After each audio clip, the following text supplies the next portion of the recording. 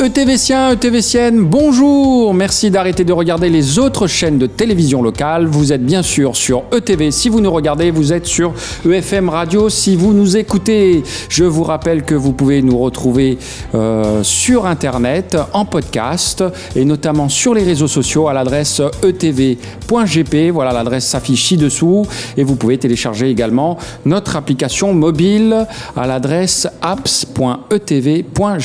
Voilà pour les petits rappels hebdomadaires. Alors cette semaine, comme chaque semaine, nous retrouvons dans Face à la presse notre confrère de la presse écrite André-Jean Vidal, rédacteur en chef des magazines de France Antilles. André-Jean, bonjour. Bonjour Jean-Yves. Alors, quel retour avez-vous eu de notre dernier invité, Guy Tyrolien, le fils, évidemment? Excellent. Nos interlocuteurs ont beaucoup aimé surtout la partie qui concernait le Memorial Act. Le Memorial Act. Ah oui, vraiment, ils ont été édifiés. Et c'était des propos intéressants quand même. C'était édifiant. Oui. J'espère qu'il y aura beaucoup de visiteurs et qu'à la lecture de ce qu'il a dit, ils feront une autre opinion. Alors, vous savez, mon cher André-Jean, cette semaine, nous recevons un politologue, et tout simplement parce qu'on va parler politique aujourd'hui, et plus exactement des prochaines élections. Nous recevons aujourd'hui Monsieur Georges Calixte. Bonjour. Bonjour. Alors, bienvenue ici dans les studios de TV. Vous avez l'habitude de venir puisque vous êtes notre... Ce n'est pas la première fois. Voilà, vous êtes notre, on peut dire, consultant en politique. Et donc, dans cette émission, on a dit qu'on commençait déjà par faire un peu d'éducation civique en rappelant tout simplement les prochaines élections qui va y avoir le 10 et le 17 juin. Quels sont les enjeux et plus exactement comment ça se déroule et dans le détail, est-ce que vous pouvez nous expliquer déjà à quoi servent ces élections? Alors d'abord, bonsoir à tous les téléspectateurs de TV. D'abord, il faut savoir que si un président de la République veut faire passer un certain nombre de projets, il ne peut le faire lui-même, il doit s'appuyer sur les députés. Autrement dit, l'un des premiers enjeux, c'est de voir si l'électorat français qui a mis en place un président qui a une dynamique particulière, puisque c'est une dynamique transpartisane, si cette dynamique transpartisane va se traduire également par des députés donc transpartisans, qui voudrait donc dire qu'il y aurait à l'Assemblée nationale une majorité de députés qui ne se revendiqueraient d'aucun parti politique, d'aucun attachement spécifique, et qui seraient donc à ce moment-là plus de la majorité présidentielle que de la majorité parlementaire. Maintenant, c'est une hypothèse. N'oublions pas qu'il existe, et ça c'est un deuxième enjeu, d'autres hypothèses, où par exemple un parti puisse à lui seul, bien évidemment, avoir la majorité à l'Assemblée. Ça peut être le Parti socialiste, même s'il y a des doutes très sérieux, mais ça peut être les Républicains. Dans tous les cas, suivant le cas de figure qui va se présenter, la France va connaître soit une dynamique normale, soit une cohabitation, s'il y a un parti opposé qui a lui seul à la majorité, autour de 290 députés, soit une situation de coalition, si ni la droite, ni la gauche, ni l'approche d'En Marche n'a la majorité, à ce moment, la France va rentrer dans une situation assez inédite sous la Ve République de coalition politique. Voilà pour les enjeux. Alors concernant cette élection, alors beaucoup de Guadeloupéens confondent entre sénateurs et parlementaires. Alors, comme on a dit qu'on allait commencer cette émission par justement un peu d'éducation civique, est-ce que vous pouvez nous rappeler la différence entre sénateur et parlementaire? En fait, le Parlement est constitué du Sénat et de l'Assemblée nationale. Donc, les deux sont effectivement des parlementaires, avec la seule différence que les députés sont les parlementaires qui représentent le peuple, puisqu'ils sont élus par circonscription au suffrage universel direct, alors que les sénateurs représentent les collectivités territoriales, puisqu'ils sont d'ailleurs élus par ces grands électeurs qui sont issus des collectivités territoriales. Mais les deux sont des parlementaires et le Parlement est constitué par conséquent de ce qu'on appelle deux chambres, Sénat et Assemblée nationale. Et Assemblée nationale. Et alors, combien y a-t-il de députés? Il y en a actuellement, avec les derniers qui nous ont rejoints par rapport à Mayotte, Saint-Barthélemy, Saint-Martin, qui ont eu de nouveaux députés, 577. Et donc, ces 577 sont répartis dans les circonscriptions. Et il faut compter en gros que pour les Outre-mer, les circonscriptions ont entre 90 000 et 110 000 habitants. C'est autour de ce chiffre-là que se constitue une circonscription et qu'il y a donc un député. Alors, pour la Guadeloupe, ça représente combien de députés? Alors, c'est bien simple. Si on tourne entre 80 000 et 120 000, 110 000, 120 000, ça veut dire que nous avons 400 000 habitants et donc nous avons à ce moment-là 4 députés. Autour d'un député pour 5 000 habitants. Alors, merci pour ces petits rappels. Alors, on va tout de suite regarder la carte des circonscriptions. Donc, nous avons 4 députés. Donc, on va prendre circonscription par circonscription. Première circonscription, on a notre dernier député, c'est monsieur Éric Jalton. Oui. Ensuite, alors déjà un petit commentaire sur la première circonscription. Sa singularité, c'est que c'est la circonscription où il y a le moins de candidats. Comment l'expliquer? Parce qu'il y a une ville-centre qui est extrêmement peuplée, puisqu'elle a à elle seule plus d'électeurs que l'ensemble des communes de la circonscription. Ça veut donc dire que cette commune a joué le rôle de filtre, et c'est la raison pour laquelle il n'y a d'ailleurs que 16 candidats concernant cette circonscription. Mais en fait, il faut y voir le poids déterminant des abîmes, et lorsqu'on fera les analyses beaucoup plus en détail, on verra, c'est vrai que les probabilités d'élection dans cette circonscription tournent autour de la dynamique des abîmes. Alors, toujours sur la carte que vous pouvez voir, nous avons la deuxième circonscription où nous avons Louis Carabin, Gabriel, c'est la deuxième circonscription. Alors là aussi, qu'est-ce que vous pouvez nous dire sur la deuxième circonscription? La plus nombreuse, 26 candidats, ce qui est assez inédit. En fait, la problématique de cette circonscription, et on le verra que ça se traduit également dans les autres, c'est l'affaiblissement à la fois du Parti socialiste et en même temps de la division de la gauche. Si bien que ce sont des circonscriptions où il n'y a pas forcément d'organes très fédérateurs, sinon, bien évidemment, Guadeloupe Unie Socialisme et Réalité sur la dynamique d'Harry Chalus. Et on a vu d'ailleurs que le député sortant qui pourtant siégeait sur les bancs de l'Assemblée du côté du Parti socialiste a rallié lentement mais sûrement Guadeloupe Unie Socialisme et Réalité. On verra tout à l'heure pourquoi, quelles en sont les causes, de manière à ce qu'il puisse se créer une dynamique. Mais ça traduit effectivement l'absence de dynamique globale. Et par conséquent, ça a permis, en tout cas, ça a laissé libre cours à tous les candidats qui veulent sonder leur légitimité politique pour les prochaines élections de pouvoir effectivement le faire, puisqu'il n'y avait pas d'instrument fédérateur, il n'y avait pas d'instrument organisateur des stratégies électorales dans cette circonscription, comme dans les 3 autres d'ailleurs. D'accord. Alors, troisième circonscription, nous avons Harry Chalus. Alors, qu'est-ce que vous pouvez dire sur cette troisième circonscription? Il faut y voir... déjà, le nombre de candidats. En nombre de candidats, il faut y voir la main particulière du président du conseil régional, puisqu'il est député sortant. Et n'oublions pas qu'il garde encore une certaine emprise sur Bémao.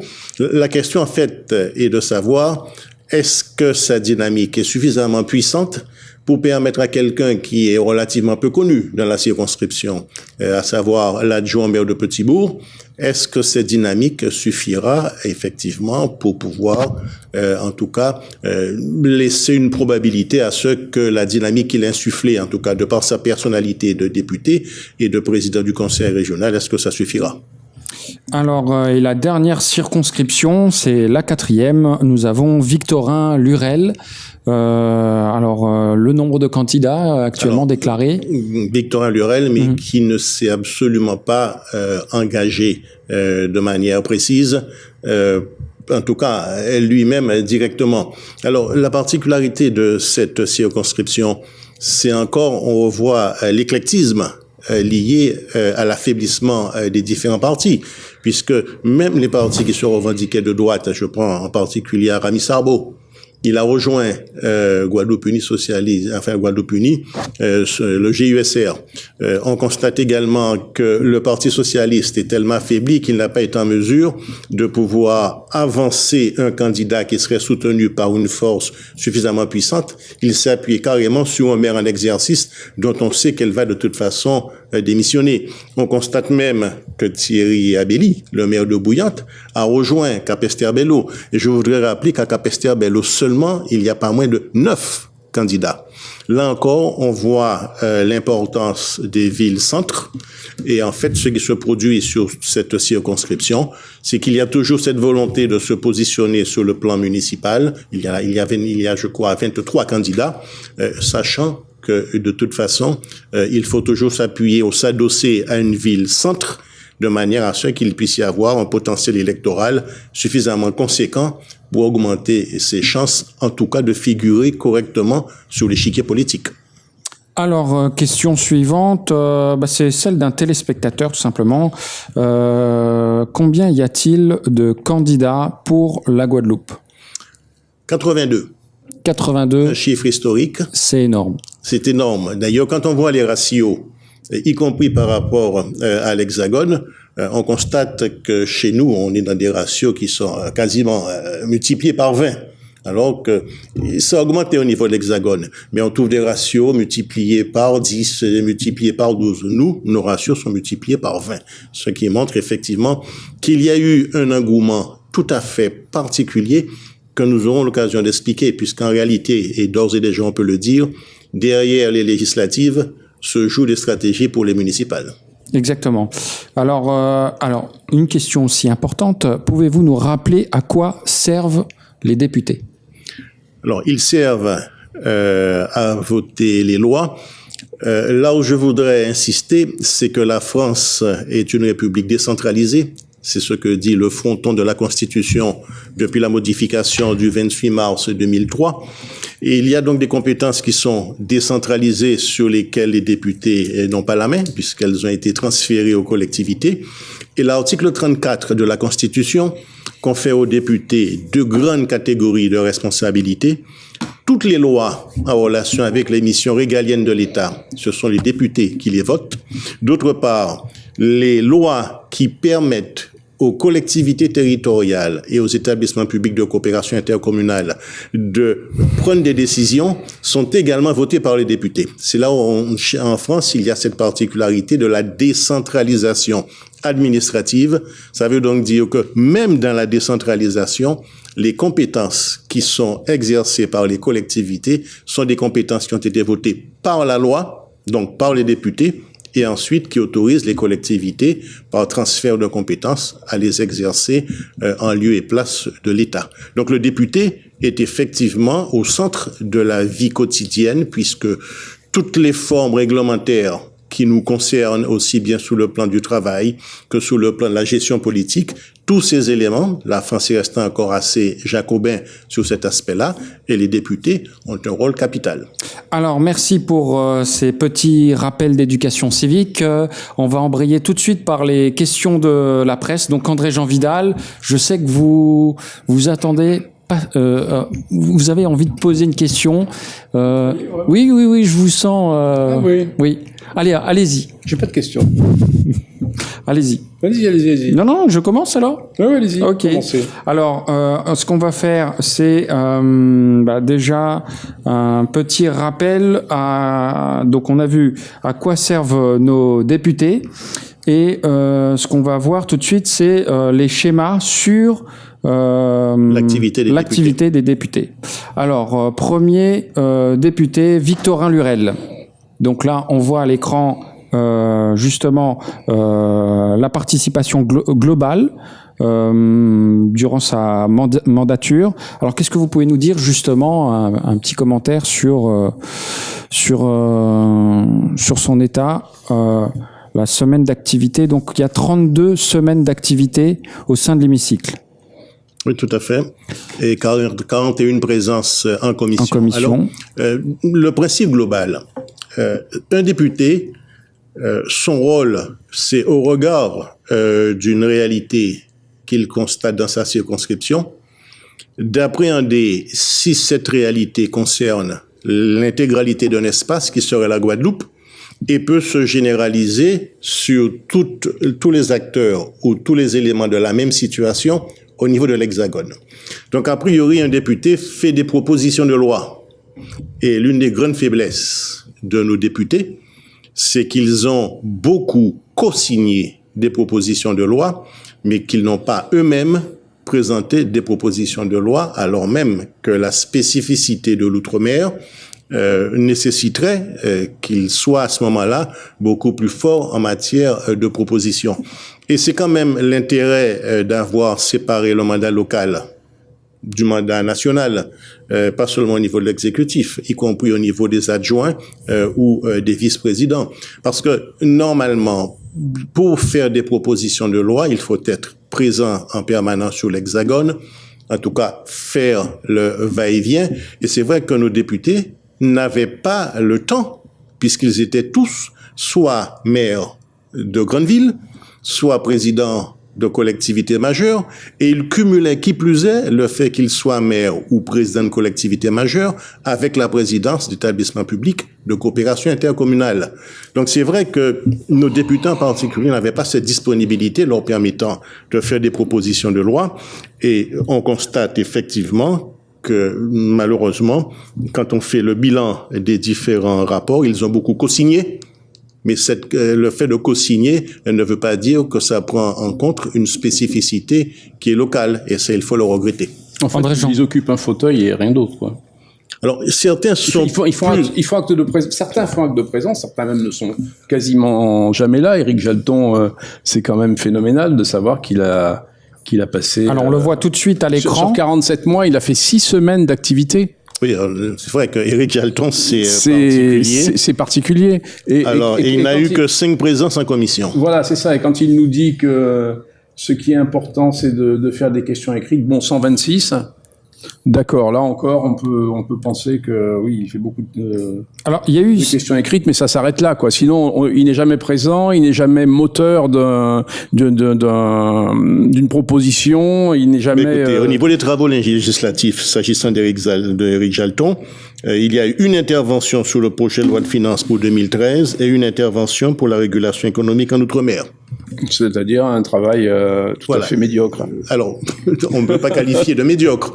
Mais là encore, quand on est maire d'une ville aussi importante que les Abîmes, quand qui plus est, on est engagé dans une intercommunalité aussi importante, on n'a pas le temps. On n'a pas le temps de s'occuper. Je dis que la loi a bien fait de pouvoir séparer les deux. On n'a pas le temps. Et bien que c'est vrai qu'Éric Jalton, c'est le cas typique qui manifestement avait certainement de la bonne volonté, mais il n'avait pas la disponibilité pour pouvoir le faire. Et c'est vrai qu'il y a eu 6 présences en activité en nombre de semaines. En semaine d'activité. En semaine d'activité. Il n'y a eu que 5 présences en commission et il n'y a eu qu'une seule intervention. En commission. En commission. Dans l'hémicycle, il y en a eu 0. Donc, c'est qu'il n'a pas le temps, tout simplement. Tout simplement. C'est comme ça que vous expliquez ça. D'ailleurs, les 4 n'interviennent pas souvent. Alors, on va regarder pour comparer Madame Louis Carabin. Donc là, nous avons 61 semaines d'activité, 97 présences en commission et nous avons 64 interventions en commission. Oui. On va regarder maintenant pour Monsieur Harry Chalus. Donc nous avons 58 semaines d'activité. Nous avons 69 présences en commission et 46 interventions en commission. Il a quand même 121 intervention en commission. Alors, ce que j'aimerais aussi qu'on puisse regarder un peu, c'est les propositions de loi qui ont été faites. Donc, pour Monsieur Lurel, nous en avons 50, tout rond. 68 co-signés à chaque fois. Hein. Oui, co-signés. Il n'y a pas eu de proposition de loi pour aucun des députés. Proposé de loi. Comment vous expliquez ça? Alors, d'abord, regardons pour voir comment la disponibilité, c'est quelque chose. Regardez, à partir de janvier 2016, l'activité parlementaire d'Henri Chalus.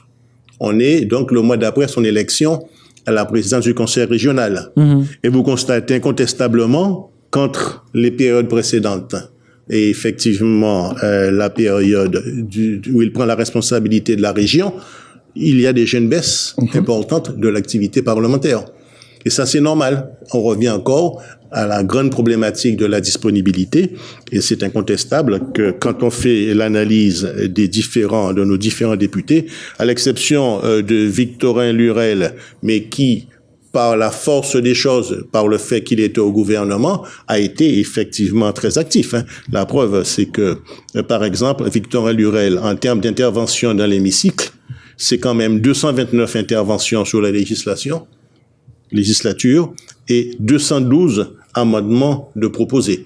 Mais ça, c'est en relation avec sa responsabilité au niveau national et le fait qu'avant d'être ministre, et même après, il a été secrétaire national, en tout cas représentant d'outre-mer aux instances nationales du Parti socialiste. André Jean.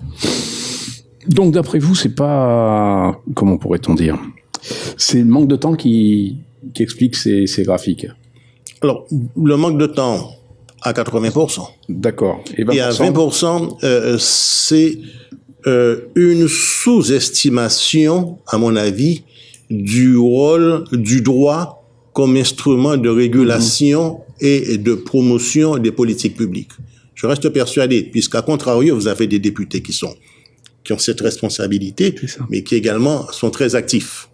Maintenant, n'oublions pas une chose, c'est que tout chez les députés, en tout cas, se passe en commission.